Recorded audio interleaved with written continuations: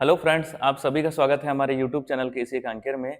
तो हम लोगों ने जो भी एग्ज़ाम अभी आने वाला है, जैसे वार्ड बॉय, वार्ड आया और अमीन पटवारी का, उसके लिए एमसीक्यू सीरीज़ चालू किया हुआ है, जिसमें आज हम लोग पॉलिटी के क्वेश्चंस को कवर करेंगे। और इससे पहले भी हम लोग सीजी पुलिस के लिए कुछ एमसीक्यू सीरीज़ चालू किए थे, और उसका भी आपको प्लेलिस्ट में, हमारे यूट्यूब चैनल में आपको प्लेलिस्ट में जाके आप उसका भी क्वेश्चंस को देख सकते हैं, वो भी आपके काम आएगा। तो चलिए शुरू करते हैं। तो पहला क्वेश्चन है, निम्नलिखित में से किस अधिनियम में कलकत्ता में सर्वोच्च न्यायालय की स्थापना का प्रावधान किया गया था? ठीक है, ऑप्शन ए है regulating act 1773, charter act 1813, charter act 1833 और पिट्स का भारत अधिनियम 1784। ठीक है, तो इसका आंसर हो जाएगा ऑप्शन नंबर ए। 1773 का जो रेगुलेटिंग एक्ट आया था, उसी में ये प्रावधान किया गया था कि एक सर्वोच्च न्यायालय की स्थापना की जाएगी कलकत्ता में, और इसके प्रथम न्यायाधीश थे मुख्य न्यायाधीश एलिजा इम्पे।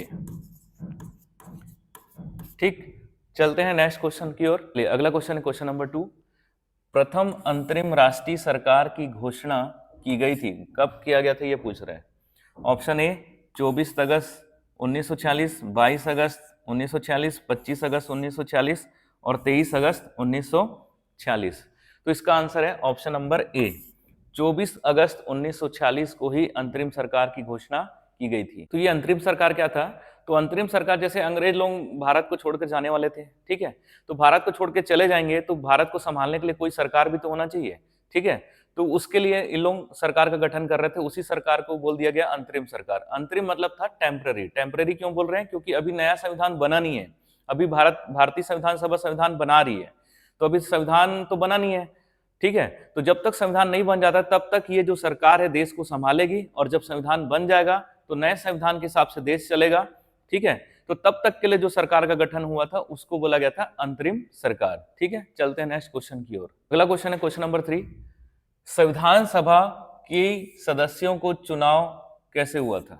ठीक है, मतलब जो संविधान, देश के लिए जो संविधान बनाने वाली जो संविधान सभा का गठन होने वाला था, है ना, तो वहां जो संविधान बनाने जो लोग जाएंगे, प्रतिनिधि जाएंगे, उनका चुनाव कैसे हुआ था ये पूछ रहे हैं। ठीक है, ऑप्शन ए है सीधी जनता द्वारा, भारतीय राष्ट्रीय कांग्रेस के नामांकन द्वारा, भारतीय राज्यों के शासकों के नामांकन द्वारा, और डी है प्रांतीय सभाओं द्वारा। ठीक, तो याद रखना, जो भारतीय संविधान सभा के जो सदस्य चुने गए थे वो चुने गए थे प्रांतीय विधानसभाओं द्वारा। याद रखना, ये इनको आम जनता ने चुनकर नहीं भेजा था। ठीक है, आम जनता द्वारा चुना जाता तो बहुत समय लग जाता। ठीक है, चलते हैं नेक्स्ट क्वेश्चन की ओर। चलिए, अगला क्वेश्चन है क्वेश्चन नंबर 4। भारतीय राजनीतिक व्यवस्था में इनमें से कौन सर्वोच्च है ना, भारत में सबसे टॉप पर क्या है? ठीक, पहला ऑप्शन है सर्वोच्च न्यायालय, सुप्रीम कोर्ट, बी है संविधान, सी है संसद और डी है धर्म। इसके अलावा अगर राष्ट्रपति भी दे दे, ठीक है, या प्रधानमंत्री भी लिख दे, पीएम, ये भी ऑप्शन में हो सकता है, राष्ट्रपति भी हो सकते हैं, पीएम भी हो सकते हैं। तो कई लोगों को लगता है राष्ट्रपति भी हो सकते हैं, कुछ लोगों को लगता है सुप्रीम कोर्ट भी हो सकते हैं, कुछ लोगों को लगता है पीएम भी हो सकते हैं, लेकिन भारत में सबसे सर्वोच्च क्या है? संविधान है। अब संविधान सर्वोच्च क्यों है? क्योंकि संविधान ही सबको अधिकार देता है, संविधान ही बताता है कि राष्ट्रपति के पास कितनी शक्ति है, कितनी लिमिटेशन है। ये कौन बता रहा है? संविधान बता रहा है। ठीक, संविधान ही शक्ति दे रहा है तो देने वाला ही बड़ा होगा। तो भारतीय राजनीतिक व्यवस्था में सबसे बड़ा कौन है? संविधान। ठीक है, चलते हैं नेक्स्ट क्वेश्चन की ओर। अगला क्वेश्चन है क्वेश्चन नंबर 5। भारत के संविधान में सम्मिलित समवर्ती सूची किस देश की देन है? ठीक है, तो जब हम लोग संविधान बना रहे थे तो अलग अलग देशों से अलग अलग चीज हम लोग अपने संविधान में शामिल किए हैं। तो ये पूछ रहा है समवर्ती सूची हम किस देश से लिए हैं। ठीक है, ऑप्शन क्या है? सोवियत संघ यानी आज की डेट में जो रूस है, बी ऑस्ट्रेलिया, सी इटली और डी कनाडा। ठीक, तो याद रखना समवर्ती सूची क्या है? जैसे जो राज्य और केंद्र है, ठीक है, तो राज्य और केंद्रों के बीच ना शक्तियों का विभाजन कर दिया गया है। कुछ विषय पर कानून केवल केंद्र बनाते हैं, कुछ विषय पर कानून केवल राज्य बनाता है, और कुछ ऐसे विषय हैं जिस पर दोनों कानून बना सकते हैं। ठीक, उसी को बोलते हैं समवर्ती सूची। तो समवर्ती सूची हम लोग लिए हैं ऑप्शन नंबर बी, ऑस्ट्रेलिया के संविधान से प्रभावित होकर हम लोग अपने संविधान में समवर्ती सूची शामिल किए हैं। ठीक है, चलते हैं नेक्स्ट क्वेश्चन की ओर। चलिए, अगला क्वेश्चन है क्वेश्चन नंबर 6। भारतीय संविधान को कितने भागों में विभाजित किया गया है? ऑप्शन ए 16, बी 22, सी 24 और डी 25। ठीक, इसका आंसर ऑप्शन नंबर बी 22 भाग में। तो याद रखना हमारे संविधान में 22 भाग है, 395 अनुच्छेद है और 12 अनुसूचियां हैं, ठीक है। लेकिन ये वर्तमान की है, अब प्रारंभ का पूछेगा तो उसका अलग डाटा है, ठीक है। तो चलते हैं नेक्स्ट क्वेश्चन की ओर। अगला क्वेश्चन है क्वेश्चन नंबर 7। भारत की संविधान की चौथी अनुसूची विवेचित करती है। तो याद रखना जो 12 अनुसूची है उसमें से हमेशा जनरली क्वेश्चन पूछता ही कि पहली अनुसूची में क्या है, दूसरी में क्या है, तीसरी में क्या है, चौथी में क्या है। ऐसा 12 अनुसूची में जो मेन हेडिंग है आपको कम से कम उसका पता होना चाहिए, क्योंकि बस उतना ही क्वेश्चन पूछेगा एग्जाम में। तो इसमें भी देखो पूछा है कि चौथी अनुसूची में क्या है। तो ए है राज्यसभा में स्थानों के आवंटन को, राजनीतिक दल बदल को, पंचायत व्यवस्था को और भाषाओं को। तो याद रखना चौथी अनुसूची में क्या है, राज्यसभा में जो स्थान का सीटों को आरक्षित किया गया है अलग अलग राज्यों का, तो वो दिया गया है कौन से अनुसूची में, चौथी में। राजनीतिक दल बदल तो ये 10वीं अनुसूची है, ठीक है। और पंचायत वाला तो ये अनुच्छेद को दे दिया है। और भाषा कौन से अनुसूची में, तो ये है 8वीं अनुसूची में और ये 10वीं, ठीक है। चलते हैं नेक्स्ट क्वेश्चन की ओर। चलिए अगला क्वेश्चन है क्वेश्चन नंबर 8। समाजवादी शब्द को उद्देशिका में जोड़ा गया, ठीक। अब उद्देशिका क्या है, संविधान की जो प्रस्तावना प्रियम्बल ऑफ कॉन्स्टिट्यूशन है उसी को उद्देशिका बोला जाता है, ठीक है। तो उसमें एक नया शब्द जोड़ा गया था, पूछ रहा है समाजवादी को कब जोड़ा गया, ठीक। पहला ऑप्शन 42वें संविधान संशोधन द्वारा, बी ऑप्शन 44वें संविधान संशोधन द्वारा, सी 92 संशोधन द्वारा और डी उपरोक्त में से किसी के द्वारा नहीं। तो जनरली ये आंसर तो होता नहीं है, इसलिए आप इसको हटा दो। बच रहे हैं 42वें, 44वें और 92। तो ये दोनों मिलता जुलता ऑप्शन है, इसमें ये आंसर हो सकता है, ठीक है। तो इसका आंसर है ऑप्शन नंबर ए, 42वें संविधान संशोधन 1976, ठीक। तो 42वें संविधान संशोधन 1976 में ही समाजवादी शब्द को भारत की जो संविधान की प्रस्तावना है उसमें जोड़ा गया था। इसके साथ दो शब्द और जोड़े थे, क्या क्या, अखंडता और पंथ निरपेक्षता,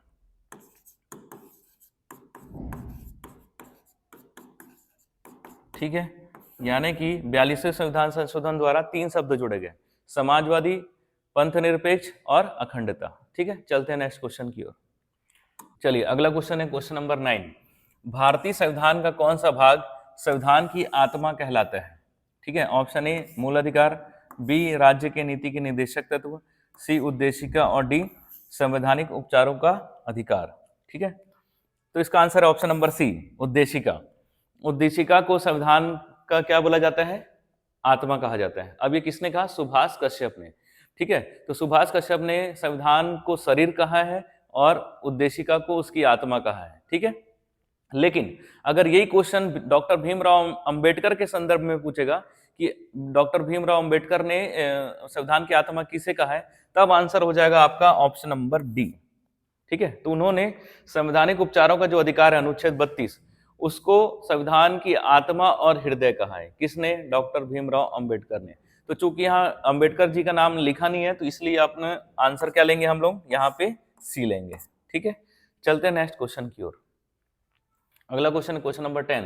भारतीय संविधान में किस प्रकार की शासन प्रणाली की व्यवस्था की गई है। ऑप्शन नंबर ए लोकतंत्रात्मक, बी अध्यात्मक, सी संशोधनात्मक और डी अर्ध लोकतंत्रात्मक, ठीक है। तो इसका आंसर हो जाएगा ऑप्शन नंबर सी, भारत में संसदीय शासन प्रणाली है, ठीक है, याद रखना। तो इसका आंसर क्या हो जाएगा, ऑप्शन नंबर सी, ठीक है। चलते हैं नेक्स्ट क्वेश्चन की ओर। चलिए अगला क्वेश्चन है क्वेश्चन नंबर 11। भारतीय संविधान कैसा है।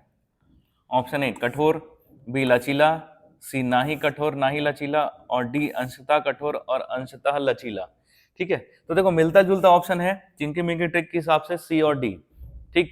तो याद रखना कभी भी इस टाइप का अगर क्वेश्चन आता है तो जनरली पहला वाला ऑप्शन सही नहीं रहता, हमेशा उसके बाद वाला सही रहता है, ऑप्शन नंबर डी। क्यों, क्योंकि जैसे ही आप सी नंबर पढ़ते हो तो आपके दिमाग में होता है, दिमाग में आपका आता है कि भाई यही आंसर होना चाहिए और आप सी मार देते हो, लेकिन आंसर रहता है ऑप्शन नंबर डी में। ये आप हमेशा सतर्क रहना आने वाले एग्जाम के लिए कि ऐसे वाले ऑप्शन में लास्ट वाला ऑप्शन ज्यादा सही रहता है, ठीक। तो ज्यादा सही मतलब इसमें क्या है कि जो हमारा संविधान है, ठीक, वो पूरी तरह से कठोर नहीं है और पूरी तरह से लचीला भी नहीं है, यानी थोड़ा वो कठोर भी है और थोड़ा लचीला भी है। कठोर कैसे, मतलब कि हमारे जो संविधान है उसको ऐसा नहीं कि बदल ही नहीं सकते, ठीक, उसको बदल सकते हैं, यानी थोड़ा लचीला है और इतना आसान बदलना भी नहीं है, ठीक है, क्योंकि बदलने के लिए 2/3 बहुमत भी चाहिए दोनों सदनों से, इसलिए वो थोड़ा कठोर भी है और थोड़ा लचीला भी है। तो इसका आंसर क्या हो जाएगा? Option number D. ठीक है, चलते हैं नेक्स्ट क्वेश्चन की ओर। चलिए अगला क्वेश्चन है क्वेश्चन नंबर 12। संपूर्ण राष्ट्रगान का वादन काल है, ये तो आप लोग जानते ही होंगे, 50 सेकंड, 45 सेकंड, 52 सेकंड और 55 सेकंड। ठीक है, तो राष्ट्रगान को कितने मिनट कितने सेकंड में गाना रहता है? 52 सेकंड में। ठीक है, चलते हैं नेक्स्ट क्वेश्चन की ओर। चलिए अगला क्वेश्चन है क्वेश्चन नंबर 13। भारतीय राष्ट्रीय ध्वज में चक्र किसका प्रतीक है? ठीक है, तो भारतीय राष्ट्रीय ध्वज आप लोग देखे होंगे, है ना, तो ये आपको पता रहना चाहिए। ध्वज के बारे में भी डिटेल कई बार क्वेश्चन पूछता है, यूपीएससी एग्जाम में भी पूछा है कि उसका किस अनुपात में रहता है ना, क्या क्या सेंटीमीटर, मिलीमीटर, ये सब भी ध्वज के बारे में पूछ चुका है। ठीक, तो राष्ट्रीय ध्वज के बारे में आपको पूरा आपको पता रहना चाहिए कि कौन सा कलर किसके लिए, जैसे केसरिया, सफेद, ग्रीन। और इस प्रश्न में आपको पूछा कि चक्र किसका प्रतीक है? ऑप्शन ए स्वतंत्रता का, बी न्याय का, सी समानता का और डी भाईचारे का। तो 1 मिनट आप वीडियो पॉज करना और आप खुद एक बार गैस करके बताओ कि इसका आंसर क्या होना चाहिए। ठीक, तो इसका आंसर है ऑप्शन नंबर बी, न्याय का। ठीक है, तो भारतीय राष्ट्रीय ध्वज में जो चक्र है वो किसका प्रतीक है? न्याय का। ठीक, चलते हैं नेक्स्ट क्वेश्चन की ओर। चलिए अगला क्वेश्चन है क्वेश्चन नंबर 14। भारतीय संघ के अंतर्गत किसी राज्य को मिलाने का अधिकार किसे है? ठीक है, किसी राज्य मतलब जैसे मान लो भारत के बाहर का जो क्षेत्र है, भारत के बाहर का देश है या कोई और क्षेत्र हमको मिलता है, तो उसको मिलाने का अधिकार किसे है? ऑप्शन ए भारत के राष्ट्रपति को, प्रधानमंत्री को, संसद को और सर्वोच्च न्यायालय को। ठीक, तो ये सब काम किसका रहता है? संसद का। ठीक, नया राज्य का निर्माण करना है ना, विधानसभा परिषद का निर्माण करना है, जो भी ये सब करना है, नाम चेंज करना है, ये सब कौन करती है? संसद। ठीक है, चलते हैं नेक्स्ट क्वेश्चन की ओर। चलिए अगला क्वेश्चन है क्वेश्चन नंबर 15। भारत में कितने संघ शासित प्रदेश हैं? ऑप्शन ए 6, बी 7, सी 8 और डी 9। इसका आंसर ऑप्शन नंबर सी 8। तो वर्तमान में हमारे देश में 8 संघ शासित प्रदेश हैं। इसका जवाब आप कमेंट बॉक्स में बताइएगा कौन कौन से हैं। ठीक है, चलते हैं नेक्स्ट क्वेश्चन की ओर। अगला क्वेश्चन है क्वेश्चन नंबर 16। भारतीय नागरिकता नहीं प्राप्त की जा सकती है। ठीक है, अगर किसी को भारतीय नागरिकता प्राप्त करना है तो कैसे कैसे प्राप्त कर सकता है? ठीक, तो जन्म द्वारा कर सकता है, देशीकरण द्वारा कर सकता है, यदि किसी भूभाग को भारतीय उसमें मिला दिया जाए क्षेत्र में तो भी वो कर सकता है। लेकिन भारतीय बैंक में धन जमा करके कोई भी व्यक्ति अपना नागरिकता प्राप्त नहीं कर सकता। तो क्वेश्चन क्या पूछ रहे हैं? नहीं प्राप्त कर सकता। तो इसका आंसर क्या हो जाएगा? Option number D. आपको प्रश्न पढ़ते समय ध्यान रखना है कि पूछ रहा है क्या, नहीं पूछ रहा है ना। तो याद रखना, भारतीय बैंक में धन जमा करके कोई भी व्यक्ति भारतीय नागरिकता प्राप्त नहीं कर सकता। ठीक है, चलते हैं नेक्स्ट क्वेश्चन की ओर। चलिए अगला क्वेश्चन है 17। संविधान के किस अनुच्छेद में कानून का समान संरक्षण प्रावधानित है? ठीक है, अनुच्छेद ऑप्शन नंबर ए अनुच्छेद 12, बी अनुच्छेद 13, सी अनुच्छेद 14 और डी अनुच्छेद 15। तो इसका आंसर है अनुच्छेद 14, ऑप्शन नंबर सी। तो याद रखना, जो भी अनुच्छेद है, जैसे आप देखोगे संविधान में कम से कम लगभग 395 अनुच्छेद है, लेकिन आपको इसको पूरा करने की जरूरत नहीं है, पूरा का पूरा कभी पूछता नहीं है। लेकिन आप हमेशा याद रखना, अनुच्छेद 1 से लेकर कम से कम 51 का तक आपको याद रखना है। ठीक है, 51 का में क्या है? मूल कर्तव्य। ठीक, तो आपको जो अनुच्छेद 1 है ना, अनुच्छेद 1 से लेकर 51 का तक का आर्टिकल आपको हमेशा याद रहना चाहिए, है ना। जैसे मान लो 40 बोले तो तुरंत आपको पता होना चाहिए, 17 बोले तुरंत पता होना चाहिए, 10 बोले पता होना चाहिए। ये जनरली यहाँ से क्वेश्चन डेफिनेटली पूछेगा ही पूछेगा, क्योंकि मेन जो टॉपिक है यहाँ से क्वेश्चन आता ही आता है। जैसे मूल अधिकार है, राज्य की नीति के निर्देशक तत्व है, ठीक है, मूल कर्तव्य है ना, ये सब क्वेश्चन पूछते ही पूछते हैं। तो आपको ये आर्टिकल आपको हमेशा याद रखना, कुछ करो मत करो, लेकिन ये यहाँ से 1 से लेकर 51 का तक आप आर्टिकल याद कर लेना। ठीक है, इसके बाद जो मेन रहता है, मेन आर्टिकल रहता है किसी संस्था का, जैसे निर्वाचन आयोग कौन सा अनुच्छेद में है, वित्त आयोग कौन सा अनुच्छेद में है, राष्ट्रपति का कुछ मेन आर्टिकल, प्रधानमंत्री का कुछ मेन आर्टिकल, उसके बाद पूरा रटने की जरूरत नहीं है। ठीक है, उसके बाद जो मेन आर्टिकल रहेगा वही पूछेगा। ठीक, चलते हैं नेक्स्ट क्वेश्चन की ओर। चलिए अगला क्वेश्चन है क्वेश्चन नंबर 18। संविधान के किस प्रावधान द्वारा अस्पृश्यता का उन्मूलन किया गया है? मतलब छुआछूत को किस अनुच्छेद के द्वारा समाप्त कर दिया गया है? ऑप्शन नंबर ए अनुच्छेद 14, बी 21, सी अनुच्छेद 17 और डी अनुच्छेद 19। तो इसका आंसर अनुच्छेद 17, ऑप्शन नंबर सी। तो अनुच्छेद 17 में क्या प्रावधान है कि अस्पृश्यता का अंत किया जाता है। ठीक है, तो यानी कि अभी छुआछूत अगर आप कोई करते हैं तो उसको विधि के अनुसार दंडनीय होगा। ठीक है, चलते हैं नेक्स्ट क्वेश्चन की ओर। चलिए अगला क्वेश्चन है क्वेश्चन नंबर 19। संपत्ति के मौलिक अधिकार को कब समाप्त किया गया? तो ऑप्शन नंबर ए है 1978 में संविधान के 44वें संशोधन द्वारा, 1982 में संविधान के 46वें संशोधन द्वारा, सी है 1973 में संविधान के 31वें संशोधन द्वारा, और डी इनमें से कोई नहीं। तो जनरली ये आंसर तो होता नहीं है, ठीक, ए बी और सी में ही आंसर होगा। तो इसका आंसर है 1978 44वें संविधान संशोधन द्वारा जो संपत्ति का मूल अधिकार था अनुच्छेद 31 में, उसको हटा दिया गया। ठीक है, तो अब ये मूल अधिकार नहीं है, अब ये विधिक अधिकार है। अब आप कमेंट में बताइएगा कि संपत्ति के जो अधिकार है मूल अधिकार से हटाकर इसको कहाँ लेके गए हैं, यानी संविधान के किस भाग में अब इसको प्रतिस्थापित किया गया है और कौन से अनुच्छेद में। ठीक है, चलते हैं नेक्स्ट क्वेश्चन में। अगला क्वेश्चन, क्वेश्चन नंबर 20। भारतीय संविधान में सम्मिलित नीति निर्देशक तत्वों की प्रेरणा हमें किस संविधान से प्राप्त हुई है? Option A Australia, B America, C France और डी आयरलैंड। ठीक है, तो इसका आंसर है ऑप्शन नंबर डी, आयरलैंड के संविधान से हम लोगों ने हमारे संविधान में डीपीएसपी डाला है। ठीक है, डीपीएसपी कौन से भाग में है? तो ये भाग है 4 में। भाग 4 में क्या है? डीपीएसपी। डीपीएसपी मतलब इसी का फुल फॉर्म इंग्लिश में directive principle of state policy. तो अब ये राज्य के नीति निर्देशक तत्व है क्या चीज? तो ये क्या है, जैसे आपका नागरिकों का देश के प्रति कुछ ना कुछ कर्तव्य होता है, ठीक है, उसको बोलते हैं मूल कर्तव्य, फंडामेंटल ड्यूटीज। तो वैसे ही देश का भी अपने नागरिकों के प्रति कुछ ना कुछ कर्तव्य है। ठीक है, देश यानी सरकार का भी। ठीक, तो उसी कर्तव्य को बोला जाता है राज्य के नीति के निर्देशक तत्व, directive principle of state policy, इसी को बोलते हैं शॉर्ट में डीपीएसपी। और इसको हम लोग किस देश के संविधान से प्रभावित होकर लिए हैं? आयरलैंड के। और ये संविधान के भाग 4 में अनुच्छेद कहां से कहां तक? अनुच्छेद 36 से 51 तक में किसके बारे में उल्लेख है संविधान में? वो है डीपीएसपी। ठीक है, चलते हैं नेक्स्ट क्वेश्चन की ओर। चलिए अगला क्वेश्चन है क्वेश्चन नंबर 21। निम्नलिखित में से कौन सा नीति निर्देशक तत्व है? ठीक है, पूछ रहा है डीपीएसपी कौन सा है निम्नलिखित जो ऑप्शन दिया गया उसमें। ए समान नागरिक संहिता, बी प्रेस की स्वतंत्रता, सी धर्म की स्वतंत्रता और डी विधि के समक्ष समानता। तो ये देखो, ये स्वतंत्रता ये मूल अधिकार है, समानता ये भी मूल अधिकार है, समानता का मूल अधिकार। तो ये तीनों जो दे दिया गया है वो क्या है? ये मूल अधिकार है। ठीक है, ये क्या है? तीनों मूल अधिकार। और जो समान नागरिक संहिता दिया गया यही अनुच्छेद 44 में। ठीक, और अनुच्छेद 44 में क्या है? डीपीएसपी। तो इसका आंसर क्या हो जाएगा? Option number A. ठीक है, ऑप्शन नंबर ए में क्या है? समान नागरिक संहिता। ठीक है, आपको कमेंट बॉक्स में बताना है कि कौन सा ऐसा राज्य है जहां पे समान नागरिक संहिता लागू की जा चुकी है। ठीक है, चलते हैं नेक्स्ट क्वेश्चन की ओर। चलिए अगला क्वेश्चन है क्वेश्चन नंबर 22। संविधान में मूल कर्तव्यों को जिसकी सिफारिश पर सम्मिलित किया गया है वह है? ए स्वर्णसिंह समिति, बी सह आयोग समिति, सी प्रशासनिक सुधार आयोग और डी संतानम समिति। इसका आंसर है ऑप्शन नंबर ए, स्वर्णसिंह समिति के द्वारा ही भारत में मूल कर्तव्यों को जोड़ा गया है। ठीक है, भारत के संविधान में। याद रखना, भारत के संविधान में मूल कर्तव्य शुरू से नहीं था, इसको बाद में जोड़ा गया। तो बाद में कब जोड़ा गया? 1976 42वें संविधान संशोधन अधिनियम के द्वारा। तो मूल कर्तव्य को कब जोड़े? 42वें संविधान संशोधन अधिनियम। ठीक है, 42वें संविधान संशोधन अधिनियम कब हुआ था? ये 1976। ठीक, तब इसको भारत के संविधान में शामिल किया गया था और नया भाग डाला गया था, भाग 4 का।